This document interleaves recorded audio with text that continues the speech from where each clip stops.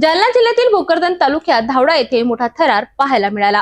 शेतात दिसलेल्या बिबट्यामुळे संपूर्ण परिसरात भीतीचे वातावरण निर्माण झाले होते। मात्र वन विभागाने तब्बल 5 तासांच्या अथक प्रयत्नांनंतर बिबट्याला यशस्वीरित्या जेरबंद केले। सुदैवाने या घटनेत कोणतीही जीवितहानी झाली नाही।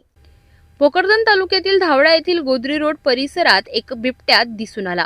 जुनेद सौदागर यांच्या शेतात मक्का कापणीसाठी गेलेल्या मजुरांना हा बिबट्या अचानक दिसल्याने एकच खळबळ उडाली। मजुरांनी तात्काळ वन विभागाला माहिती दिली।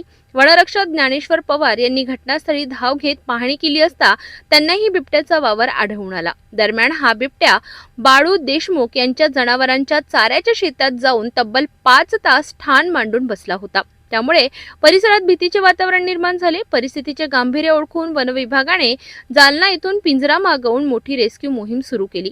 वन परिक्षेत्र अधिकारी नीता फुले यांच्या नेतृत्वाखाली संपूर्ण पथकाने समन्वयाने कारवाई केली। रेस्क्यू टीमचे आशिष जोशी आणि दीपक वाटाणे यांनी अथक प्रयत्न करत बिबट्याला कोणतीही इजा न होता सुरक्षितरित्या जेरबंद केले। या संपूर्ण मोहिमेत अनेक वन अधिकाऱ्यांनी सक्रिय सहभाग घेतला। अखेर 5 तासांच्या प्रयत्नांनंतर बिबट्याला पकडण्यात यश आले आणि ग्रामस्थांनी सुटकेचा निश्वास सोडला।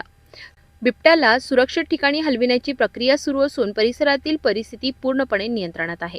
वन विभागाने नागरिकांना आवाहन केले आहे की शेतात एकटे जाऊ नये, वन्य प्राणी दिसल्यास तात्काळ माहिती द्यावी आणि कोणत्याही अफवा पसरवू नयेत।